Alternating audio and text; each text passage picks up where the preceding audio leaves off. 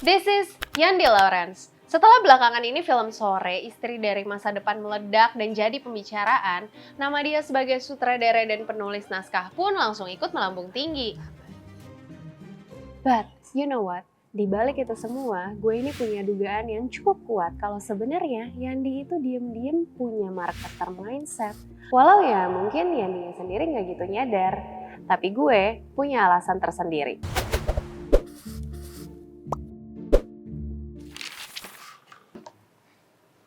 Jadi gini, per 2019 dari 12 web series yang paling banyak ditonton di YouTube, 2 karya Yandi berhasil masuk dalam list. Well, I guess you already know that those 2 web series adalah iklan.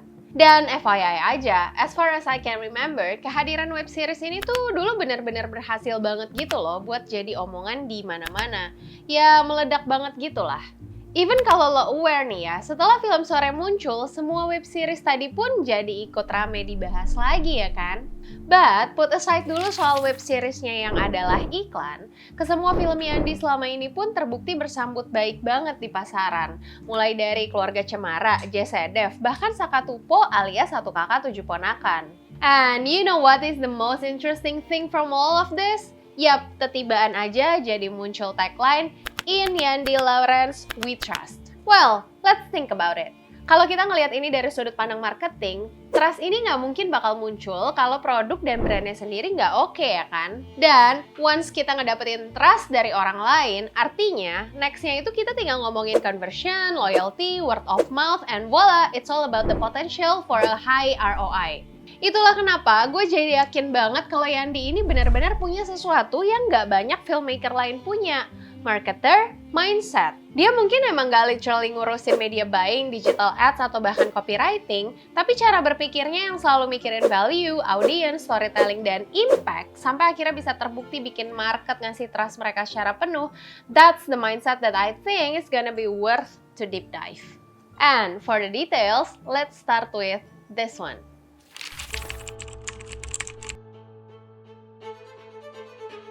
Oke, lo pasti sering banget denger kalau produk yang bagus itu bakal bikin marketing jadi sedikit lebih mudah. Walau ya ujung-ujungnya tetap perlu dimarketingkan dengan benar. Nah, si Yandi ini di berbagai kesempatan itu dia selalu bilang kalau dia nggak bakalan mau ngegarap sesuatu kalau dari awal aja dia emang udah nggak srek gitu.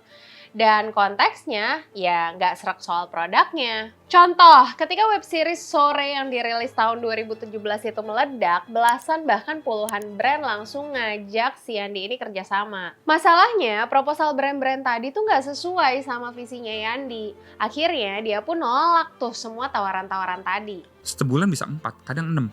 Tawarannya datang masif banget. Mental semua ya. 2 tahun nggak dapat proyek web series apa-apa. Again, it's because of his vision. Ya, mulai dari soal kualitas ide dan cerita sampai ke eksekusinya. Jadi ini 100% visi lo nih, betul? Apa yang ada lo nggak ada kompromi tuh? Nggak ada. Gila, makanya jadinya kayak gitu ya. Yandi tuh paham banget setiap piece yang dia bikin, mau itu disponsorin atau enggak, mau itu requestan brand atau bukan, ya dia harus benar-benar bertanggung jawab penuh atas itu. Because at the end of the day, he knows it very well that the product is his product. Jadi kalau nggak yakin, ya mending dia milih nolak, nunda, atau bahkan ngerombak ulang ceritanya dari awal. Well, di poin ini, mungkin lo semua bakal wondering kali ya. Lantas di mana marketer mindsetnya nih? Kalau yang Yandi pikirin banget di awal justru adalah produknya dulu. Kan marketer nggak ikutan bikin produk. Udah gitu, kok si Yandi ini tuh kayaknya cuma mau bikin karya yang emang sesuai sama maunya dia dan idealisme dia sendiri aja sih. Di mana poin memahami customernya? Oke, to answer this question, mari kita lanjut dulu ke part berikutnya. Istri kamu dari masa depan. Well, entah lo sadar atau enggak, sekalipun Yandi ini terkesan idealis mentok, dia tuh mikirin banget juga loh gimana caranya supaya karyanya itu tetap bisa sejalan sama preferensi dan kebutuhan emosional audiensnya. And this is exactly what we're supposed to understand as marketers, right? Memahami market. Misalnya aja lewat film Sore, lo mungkin di satu sisi mikir nih kalau ini adalah hasil karya suka-sukanya Yandi doang. Lah, konsepnya aja udah kayak antitesis dari kebanyakan film-film laku di Indonesia gitu kan. Tapi gini, layaknya Apple yang bikin iPhone sebelum ada market yang request, gue pengen HP full touchscreen dengan satu tombol doang dong. Yandi ini pun sama. Dia berhasil ngasih opsi film yang dibutuhin audiens tanpa harus audiensnya minta dulu. Nah, kenapa bisa gitu? Karena dia bukan sekedar pengen ngasih apa yang audiens minta, tapi apa yang kira-kira audiens lagi butuhin. Sama kayak Apple dengan iPhone-nya. Ketika audiens nggak nge-request film kayak Sore, tapi Yandi nangkep kesan bahwa market nih kayaknya udah capek nih sama film horor, thriller, atau film-film perselingkuhan, Yandi pun ngasih sesuatu yang jadi antitesisnya. Yang reflektif, lebih slow pace, bahkan lebih emosional soal hubungan waktu dan perjalanan hidup. So, intinya, walau kita nggak bertanggung jawab bikin produk, kita itu kan bertanggung jawab penuh buat memahami market ya. And I think it's clear enough that this memahami market things itu nggak selalu berarti mendengarkan apa yang mereka request doang, tapi juga ngebaca apa yang kira-kira mereka butuhin. Bukan cuma ngebacain kebutuhan soal produk tertentu, tapi juga ngebacain kebutuhan akan kualitas dari produk tertentu itu, bahkan sebelum audiensnya nge-request dengan sadar. And surprisingly, Yandi seems to have these kinds of traits. What do you think?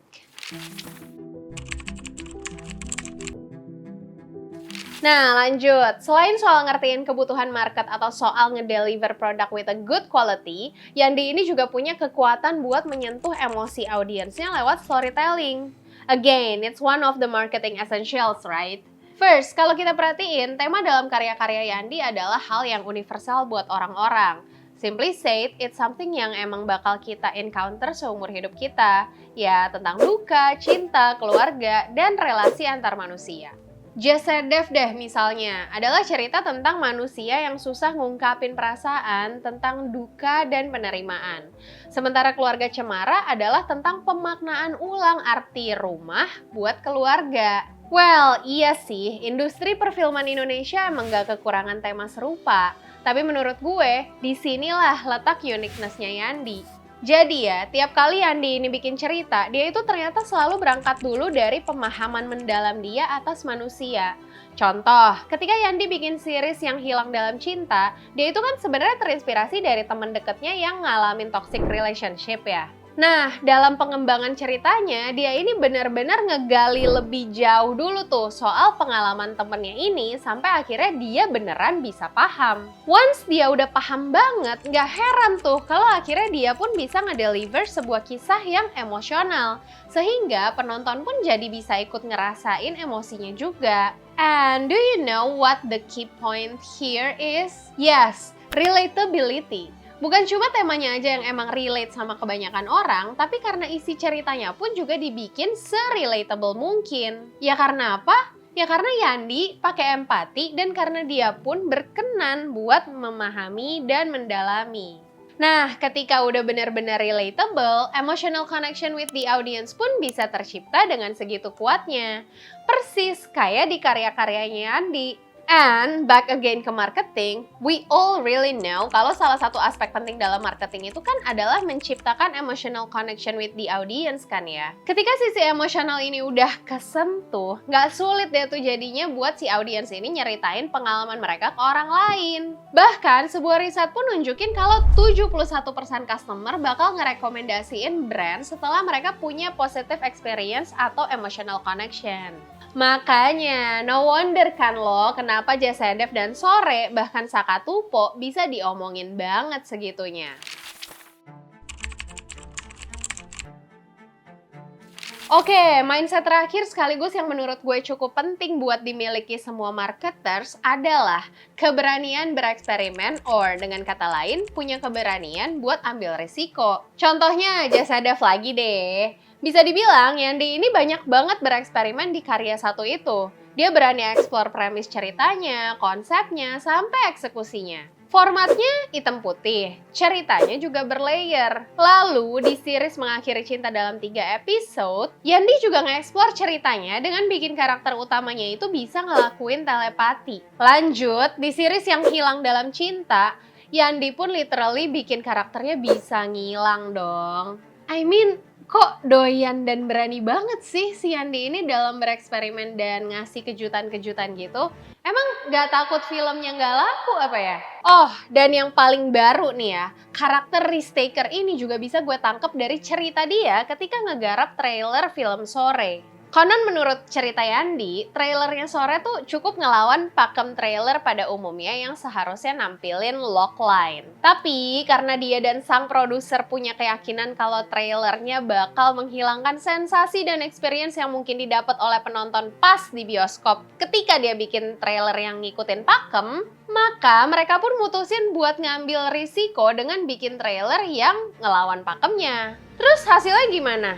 Ya bener aja dong, gara-gara trailernya dibikin tanpa ngikutin pakem itu tadi, logline itu, penontonnya pun beneran pada susah move on tuh dari experience yang didapat dari bioskop.